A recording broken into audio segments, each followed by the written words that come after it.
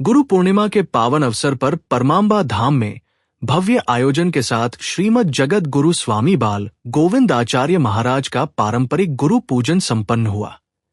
सैकड़ों श्रद्धालु और शिष्यगण दूर दूर से इस दिव्य अवसर का साक्षी बनने परमाम्बा धाम पहुंचे। सुबह आरंभ हुए पूजन में वेद मंत्रों के उच्चारण के बीच शिष्यों ने गुरु चरणों में पुष्पांजलि अर्पित की।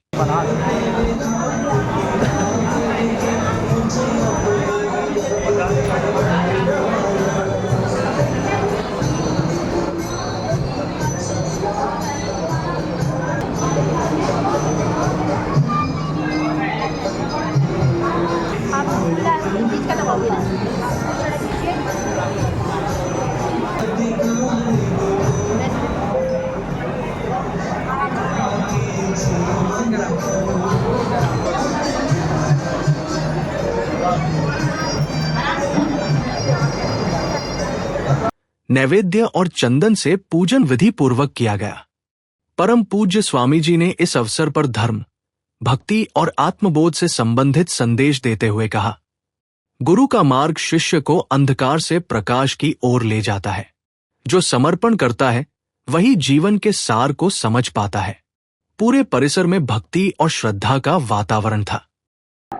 लक्ष्मी नाथ समारंभाम नाथयामन मध्यमाम अस्मदाचार्य पर्यंताम वंदे श्री गुरु परंपरा। गुरु परंपरा होती है, अनादिकाल से चल रही है, अर्थात जब से सृष्टि हुई तब से गुरु परंपरा चल रही है। परंपरागत गुरु से व्यक्ति दीक्षा प्राप्त करता है। जिस प्रकार वृक्ष जड़ से पृथ्वी में यदि जुड़ा रहा, हरियाली बनी रहती है, और यदि फल अलग से तोड़ लिया जाए फिर इसको कितने दिन रखेगा व्यक्ति। उसी प्रकार यदि हमारी गुरु परंपरा नहीं बने, हमारे जीवन में हरियाली नहीं होती। वास्तव में प्रत्येक जीव ईश्वर अंश, जीव अविनाशी, चेतन अमल, सहज सुख राशि। हम ईश्वर के अंश हैं, हम अविनाशी हैं, किंतु हमें ईश्वरत्व का गुण प्राप्त क्यों नहीं होता है? इसलिए नहीं होता कि हम कटी डाली की तरह, कटे पतंग की तरह इधर उधर उड़ रहे हैं, गिर रहे हैं। इसलिए गुरु परंपरा के माध्यम से यदि हम आगे बढ़ते हैं, अपने जीवन को हम निरंतर अनुप्राणित रखते हैं गुरु मंत्र के माध्यम से, तो निश्चित ही हम ईश्वर के अंश हैं, अंशत्व का गुण हमें प्रकट होता है। इसलिए आज के दिन गुरु व्यास का पूजन होता है।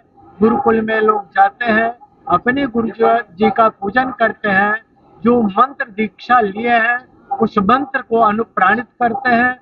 जिन्होंने नहीं लिया, मंत्र दीक्षा लेकर अपने जीवन को धन्य बनाते हैं। इसलिए गुरु पूर्णिमा पर्व अपने आप में बहुत महत्वपूर्ण पर्व होता है। व्यक्ति को चाहिए गुरु मुख अवश्य होना चाहिए और गुरु परंपरागत ज्ञान प्राप्त कर अपने जीवन को धन्य करना चाहिए।